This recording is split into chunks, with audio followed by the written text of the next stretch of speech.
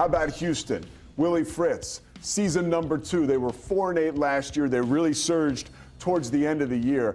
They open week 1 with Stephen F. Austin. Then they go to Rice, but then it gets real interesting. You see Colorado, then Texas Tech on the 4th, Oklahoma State on the 11th. They wrap up with Baylor on November 29th.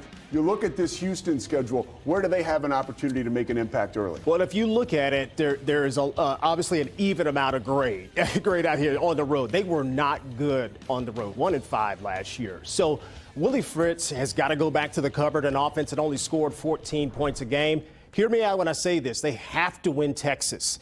They play 5 teams from the state of Texas that they are highly capable of winning. Now, TCU, Texas Tech, that's going to be a little bit of a challenge for sure. But if they can win those games, that's 5 wins, Pete. That puts them ahead of what they did last year. And then you sprinkle in some of these other games. Now, Oregon is going to be obviously tough. Colorado, obviously playing them at home, is going to be very, very tough. Arizona State, like we mentioned. But they got a chance to improve here and certainly make some noise in the Big 12. Yeah, they got that Oregon State game on the 27th of September. But they wrap up, you mentioned the Texas teams, TCU and Baylor. They'll have an opportunity early to prove themselves and late. Yeah, and that's what you look for. And to think about the Texas teams and the way you talked about how they finish, that's a rivalry, right? Because all these kids kind of know each other in the state of Texas. They've been recruited. They've been on the same recruiting trips in the state of Texas. So how it falls again for the Cougars is, again, another one of these teams that you got to get good while the getting is there. Because if you don't, you're going to be up against it trying to beat a solid team like an Arizona State.